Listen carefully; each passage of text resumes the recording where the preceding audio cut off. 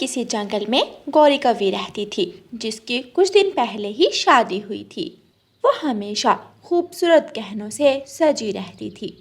उसका घर किसी आलीशान महल से कम नहीं था। नौकर चाकर सब थे, लेकिन उसके घर में बहुत सन्नाटा था। गौरी कौवी की सास उसके पास आती है। गौरी बहू, घर के काम वाम देखा करो, इससे तुम्हारा दिन इस घर में लग जाएगा। मैं अपने 7 भाइयों की अकलौती बहन हूँ। मैं बहुत लाडों से पली बड़ी हूँ। मैं नहीं करती काम। इतने नौकर हैं घर में, आप उनसे काम करवा लें।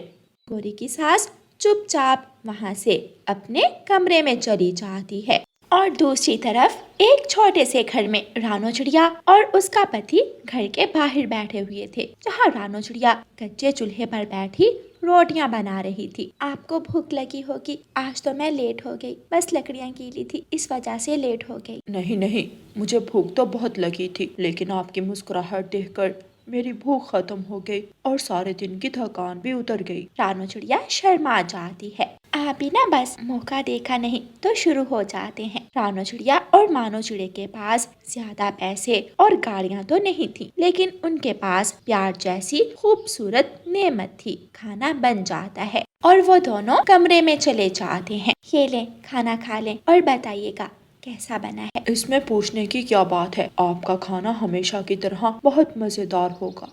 रानो को रास्ते में हरियाली तोती मिलती है। उसके पास फलों से भरी हुई टोकरी पकड़ी हुई थी। रानो रुकती है। आप यहाँ क्यों बैठी? मैं दूसरे जंगल से फल लेकर आई हूँ, थक गई हूँ, प्यास भी लगी है। अब हिम्मत नहीं है कि जाकर नदी से पानी पी लूं। मैं अभी अभी नदी से पानी लेकर आई हूँ, आप मुझसे पानी ले लो। बहुत बहुत धन्यवाद आपका, लेकिन मैं पानी किससे पीऊंगी? आप ऐसा करो, मेरे घर आ जाओ, ये पास वाले पेड़ पर ही मेरा घर है। रानो को रास्ते में हरियाली तोती मिलती है। उसके पास फलों से भरी हुई टोकरी पकड़ी हुई थी। रानो रुकती है। आप यहाँ क्यों बैठी? मैं दूसरे जंगल से फल लेकर आई हूँ, थक गई हूँ, प्यास भी लगी है। अब हिम्मत नहीं है कि जाकर नदी से पानी पी लूं। मैं अभी अभी नदी से पानी लेकर आई हूँ, आप मुझसे पानी ले लो। बहुत बहुत धन्यवाद आपका, लेकिन मैं पानी किससे पीऊंगी? आप ऐसा करो, मेरे घर आ जाओ, ये पास वाले पेड़ पर ही मेरा घर है। रानो चिड़िया हरियाली तोती के साथ उसके घर चली जाती है। रानो चिड़िया अपने मटके से पानी निकालकर हरियाली तोती को देती है। हरियाली पानी पी लेती है। बहुत बहुत धन्यवाद आपका। सॉरी, मैं आपसे आपका नाम पूछना तो भूल ही गई। मेरा नाम रानो है। हम कुछ दिन पहले ही इस जंगल में आए हैं। यहाँ से कुछ पेड़ छोड़कर ही हमारा घर है। ठीक है, अब मैं चलती हूँ। रानो चिड़िया अपने घर चली जाती है। रात हो जाती है। रानो चिड़िया और उसका पति सो जाते हैं। उधर गौरी कौवी अपने कमरे में एसी की ठंडी ठंडी हवा में बैठी हुई थी और मोबाइल में अपनी सहेली से बात कर रही थी। अगले दिन गौरी कौवी अपने घर में बोर हो रही थी। वो अपनी गाड़ी निकालती है और जंगल में घूमने चली जाती है।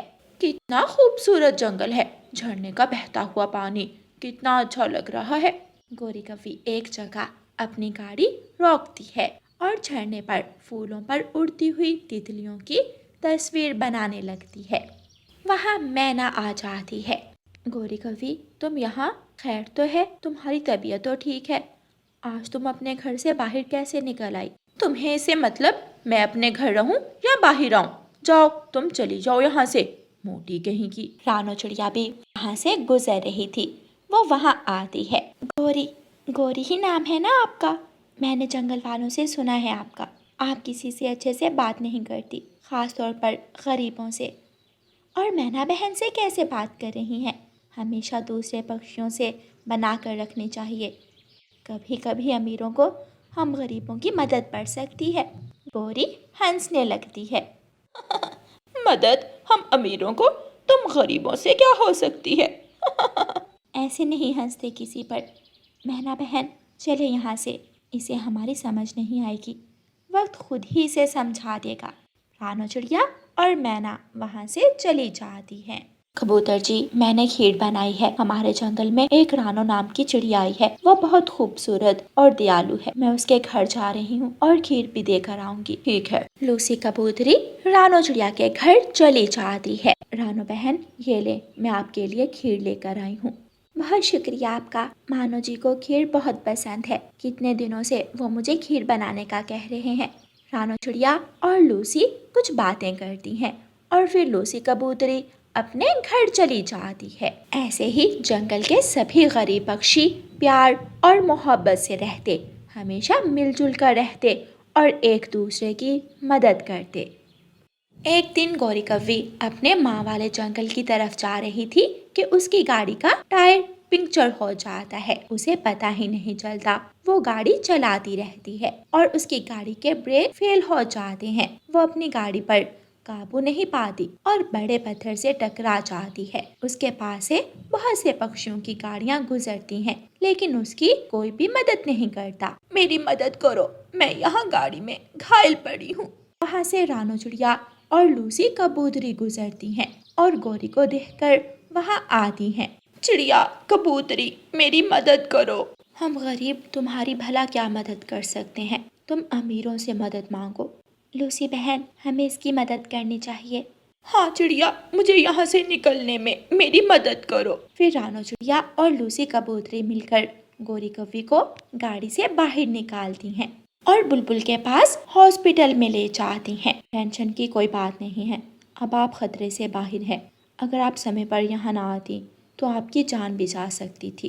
चिड़िया बहन, मुझे माफ कर दें, मुझे आपसे बदतमीजी नहीं करनी चाहिए थी। गरीब हम अमीरों से कहीं अच्छे होते हैं, जिनके पास सबसे कीमती चीज़ रिश्ते और एहसास होता है, जो हमारी गाड़ियों, पैसे और बड़े बड़े महलों से बहुत कीमती है। प्यारे दोस्तों, हमें हमेशा अपने रिश्तों की कद्र करनी चाहिए, खास तौर पर अपने इर्द गिर्द रहने वाले गरीब पक्षियों की, जिनके पास दौलत तो नहीं लेकिन दूसरों के लिए इज्जत और एहतराम जरूर होता है। इसलिए हमेशा खुश रहें और खुशियाँ बांटें। और प्यारे दोस्तों, इस कहानी को लाइक, अपने दोस्तों के साथ शेयर और चैनल को सब्सक्राइब करना बिल्कुल मत भूलना। आपका धन्यवाद। रानो चिड़िया की ऐसी कहानियाँ सुनने के लिए YouTube सर्च बार में रानो चिड़िया की कहानी लिखें या फिर ये बटन दबाकर बोलकर कहें रानो चिड़िया की कहानी। जंगल में गर्मी की शिद्दत तो बढ़ती ही जा रही थी। तमाम पक्षी गर्मी से बेहाल हो रहे थे। सूरज तो जैसे आग उगल रहा था। तमाम छोटे पक्षी गर्मी से जैसे मुरझाए पड़े थे। नदी का पानी भी गर्म हो गया था। मम्मा, मुझे बहुत गर्मी लग रही है, मेरे पंख जैसे जल रहे हैं। कुकू बेटा, चलो कुछ देर बाहर पेड़ की छांव में बैठ जाते हैं। रानो चिड़िया अपने बच्चों को लेकर अपने घर के बाहर एक पेड़ के नीचे चारपाई बिछाकर बैठ जा रही है। मम्मा, यहाँ तो हवा जरा भी चल रही, यूँ लग रहा है जैसे इन पेड़ों को किसी ने बांध दिया हो। हाँ गुड़िया बेटी, सच में इतनी छाँव नहीं जितनी इस सूरज की तपश है। चलो हम घर चलते हैं। रानो चिड़िया अपने बच्चों को लेकर अपने घर चली जाती है। कुकू और गुड़िया जाकर घोंसले में लेट जाते हैं। गुड़िया, कुकू ये लो, भोजन खा लो। नहीं मम्मा, मुझे नहीं खाना। दोनों बच्चे गर्मी से नढाल पड़े थे। रानो चिड़िया अपने बच्चों को देखकर परेशान हो रही थी। ऐसे तो मेरे बच्चे बहुत कमजोर हो जाएंगे, मैं अपने बच्चों को ऐसे नहीं देख सकती, मुझे कुछ ना कुछ करना होगा।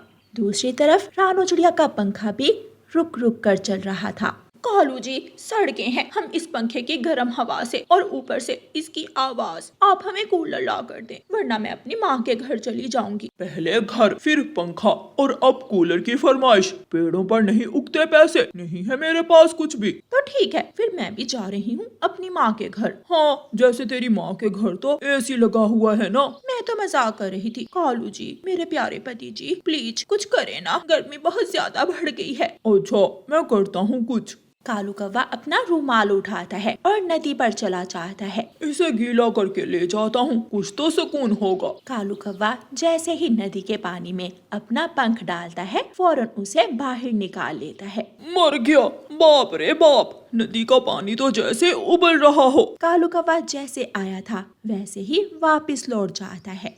रानो चिड़िया लाल तोते के पास जाती है। लाल तोता जंगल में सबसे ज्यादा अमीर था। वो एसी जलाकर मजे से बैठा हुआ था। तोते भाई, मुझे आपकी मदद की जरूरत है। मैं कुछ भी आपसे ऐसे ही नहीं लेना चाहती। क्या आपके पास कोई पुराना कूलर है या कोई पंखा?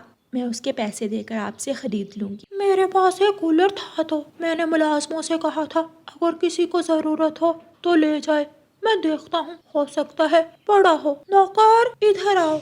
जी मालिक। उस दिन जो कूलर मैंने दिया था क्या वो पड़ा है या ले गया कोई? मालिक, आपने पहले ही सबको इतने अच्छे कूलर दिए हुए हैं, वो यहीं पड़ा है, कोई भी नहीं लेकर गया। उसकी हालत कुछ ज्यादा ही खराब है। वो कूलर लाकर रानो चिड़िया को दे दो, रानो चिड़िया उसे ठीक करवा लेगी। रानो चिड़िया कूलर के पैसे देकर कूलर ले जाती है। बच्चों देखो, मैं कूलर लाई हूँ, मैं इसे बहुत जल्द ठीक कर लूंगी और फिर ये ठंडी ठंडी हवा देगा। क्या सच मम्मा? हाँ सच। फिर तो बहुत मजा आएगा। मैं कबूतर भाई को बुला कर लाती हूँ। रानो चिड़िया कबूतर की दुकान पर जाती है। कबूतर भाई जरा मेरे घर आइएगा, मेरा एयर कूलर ठीक करना है। कबूतर अपनी चीजें लेकर रानो चिड़िया के साथ जाता है और कूलर को देखने लगता है। रानो बहन, जो चीज ठीक करने वाली थी वो मैंने कर दी, मगर इसकी बॉडी नहीं पड़ेगी और वो बाजार से लानी पड़ेगी। कबूतर भाई कितने की आ जाएगी इस कूलर की बॉडी? वो तो 1000 रुपए की आएगी। नहीं कबूतर भाई, आप वो रहने दे, मैं इसे ऐसे ही ठीक कर लूंगी। कबूतर वहाँ से चला जाता है और रानो चिड़िया भी जंगल की तरफ निकल जाती है और सूखी घास इकट्ठी करने लगती है। इस घास को लगाकर मैं अपना एयर कूलर बिल्कुल नए जैसा बना लूंगी। रानो चिड़िया वो घास लेकर अपने घर जाती है और उसे कूलर पर लगाने लगती है। देखते ही देखते कूलर एकदम नए जैसा बन जाता है और ठंडी हवा देने लगता है। चिड़िया के बच्चे ठंडी हवा के मजे ले रहे थे और बहुत खुश थे। मम्मा, मैं जग्गू को बुला लाऊं, वो भी कूलर की ठंडी हवा ले लेगा। नहीं कुकू भाई, हम उसे नहीं लाएंगे। तुम्हें याद है ना, ऐसे जग्गू की मम्मा हमें हर बार घर से बाहर निकाल देती थी। मगर जग्गू मेरा अच्छा दोस्त है, उसकी मम्मा ऐसी है, वो ऐसा नहीं है। कोई बात नहीं गुड़िया बेटी, गोरी की तो आदत ही ऐसी है। जाओ कुकू बेटा, ले आओ जग्गू को। कुकू जग्गू के घर जाता है। जग्गू जग्गू, हमारे घर में नया कूलर आ गया है, आ जाओ तुम भी, बहुत ठंडी हवा है कूलर की। मम्मा, क्या मैं कुकू के साथ चला जाऊं? उस गरीब चिड़िया ने कूलर कैसे खरीद लिया? तुम तो ऐसे कह रही हो जैसे खुद बहुत अमीर हो, कुछ सोच कर बोला करो। क्या हो गया है कालू तुम्हें? हर बार मेरी बात टोकर मेरी इंसल्ट कर देते हो। गर्मी से तुम्हारा दिमाग तो खराब नहीं हो गया? एक पंखा तक तो ठीक करवा नहीं सकते तुम, बस बातें ही आती हैं। गोरी तो बस शुरू हो जाती है और जग्गू जल्दी से कुकू के साथ चला जाता है। आंटी चिड़िया, क्या मैं भी कूलर के सामने बैठ जाऊं? हाँ बैठ जाओ बेटा, मैं आप सबके लिए शरबत बना कर लाती हूँ। जग्गू, कुकू और गुड़िया कूलर की ठंडी हवा के सामने बैठकर खेलने लगते हैं। माँ चिड़िया अपने बच्चों को देखकर बहुत खुश थी। कालू, कान खोलकर सुन लो, अगर रात तक मेरे लिए कूलर न लाए तो मैं ये घर छोड़कर नहीं जाऊंगी, तुम्हें इस घर से निकाल बाहर करूंगी। रानो ने कूलर लेकर तो मुझे मुश्किल में डाल दिया है। ऐसा कहते हुए कालू कौवा सर पकड़े घर से बाहर निकल जाता है। रात हो जाती है। रानो चिड़िया अपने बच्चों के साथ ठंडी हवा में सो रही थी। मम्मा, मुझे गर्मी लग रही है, इस खड़खड़ को बंद कर दे, मेरे कान थक गए हैं। काश मैं रानो आंटी का बेटा होता, कितना सुकून था वहाँ। देख लो कालू अपने बेटे को क्या कह रहा है। ये ना हो ये हमें अपना माँ बाप ही ना माने। मैं अभी आता हूँ, ये मुश्किल रानो चिड़िया की वजह से आई है, अब इसका हल भी वही करेगी। कालू कौवा रानो चिड़िया के घर जाता है और रानो चिड़िया का कूलर उठाकर ले जाता है। गर्मी की वजह से गुड़िया की आँख खुल जाती है, वो शोर मचाती है। मम्मा मम्मा देखें, हमारा कूलर कोई उठा कर ले गया है। हाय मैं मर गई, हमारा कूलर कौन उठा कर ले गया?